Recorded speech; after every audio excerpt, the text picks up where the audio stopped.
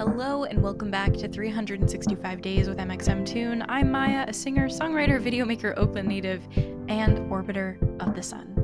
I'm also a huge fan of history. I love untold stories, gross facts, hidden secrets, anything weird, dark, and funky from the past.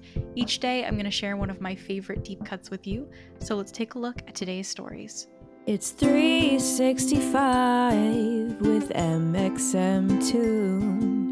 New facts every day, so don't leave too soon. I'm gonna teach you stuff, no it won't be tough. Gonna go a year till you've had enough. It's 365 mxmtoon. Today, in 1633, the Catholic Church forced physicist and astronomer Galileo Galilei to renounce his heliocentric worldview, meaning that planets orbit around the sun. At the time, it was against the church to say that the sun didn't revolve around the earth. Of course, modern science tells us that Galileo was right. As you listen to this podcast, we are all indeed just on a floating rock that's slowly circling around a big bright star. So let's look back on what happened to Galileo almost 400 years ago in the Holy Roman Empire. You've probably heard of Galileo, and that's because he's a pretty big deal in the history of science. Born in 1564, the Italian thinker is often thought to be the father of modern astronomy. While he didn't invent the telescope, he used it in an unprecedented way, turning it toward the sky. Before, this technology had mostly been used to magnify on-Earth objects. He discovered that the moon had craters, and that other planets had moons too, which orbited their respective planets. He also discovered Saturn's rings and wrote theories about tides and comets. Nicholas Copernicus, who had died about 100 years earlier, is often credited with coming up with the idea that the Earth orbits the sun, rather than the other way around. Even some ancient Greek thinkers, like Aristarchus, had put forth this idea about 1,800 years ago. But most historians think that Copernicus probably didn't know about that bit of ancient Greek philosophy. Copernicus died the same year that he published his theory, so he didn't face much backlash. But when Galileo studied the phases of Venus the following century, he found evidence that Venus was likely orbiting the sun. By that same logic, he was able to scientifically deduce that Earth revolves around the sun as well. Galileo published his findings periodically throughout the 1610s. That earned him a slap on the wrist from the church in 1616. They told him he could consider the hypothesis, but he was forbidden from presenting it as a fact. But in 1632, Galileo published a book called Dialogue Concerning the Two Chief World Systems, which compared the heliocentric and Earth-centric models of the galaxy. That was the final straw. So in April 1633, Galileo was summoned to a trial at the Inquisition headquarters in Rome. They threatened him with torture, prison time, and even burning at the stake. The church believed that the fact that the sun moved around the earth was a matter of biblical scripture, and that it was sacrilegious to deny that. Galileo tried to argue that faith and science aren't inherently opposed. He was merely opening discussion, but nice try, pal. That one wasn't going to fly with Pope Urban VIII.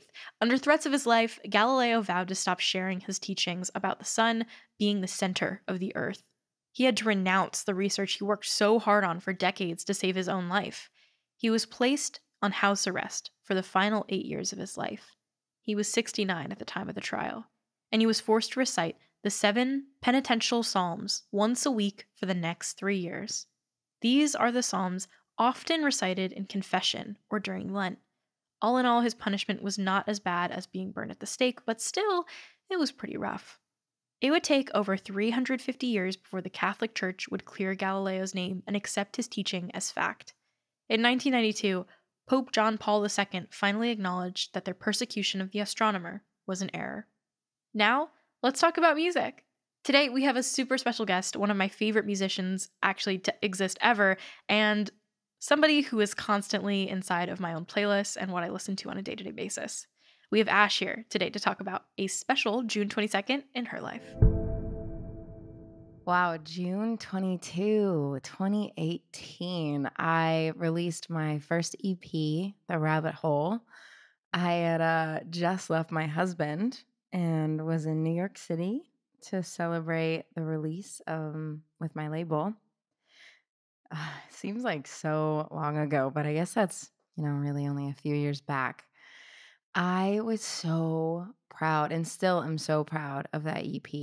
I just think it was so cool and forward thinking, which I don't know if that's ego-y of me to say, but I definitely felt like the sounds we were playing with were really earlier for its time. I remember thinking my whole life was gonna change, and then like nothing happened. Let's see what else. Fun fact: Dan Nigro, who's Olivia Rodrigo's producer and co-writer, he wrote and produced "Someone to Lose" and "Choirs" on the Rabbit Hole. Yeah, I still love that EP so much. And now for today's final segment, I'll be going into my own photo archives to see what I was up to on a June 22nd in my life.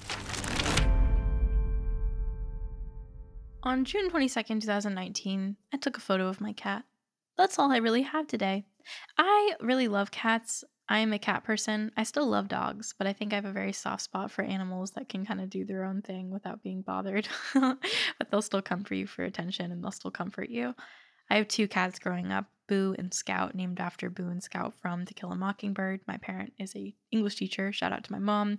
And my cat Boo was napping on the sofa, and he looked really cute, so I took a photo of him. I have a very soft spot for black cats. I feel extremely badly that they're still used for oftentimes animal abuse, and people don't often look very kindly on them. And so I have a very special spot in my heart for them because Boo is a black cat, and I love him more than anything, and he loves me more than anything. And I really miss him. He's in California with my parents right now, and I get to see him when I go back to my folks' place. But I don't have a cat here in New York, and I'm really excited at the possibility of getting to adopt one. So stay tuned for that. Maybe that will be a fun fact on a podcast in the future. Thanks for going back in time with me, and remember to subscribe wherever you listen to podcasts. You can come back tomorrow for more stories from the past. It's 365 with mxmtoon. New facts every day, so don't leave too soon. I'm gonna teach you stuff, no it won't be tough. Gonna go a year till you've had enough. It's 365.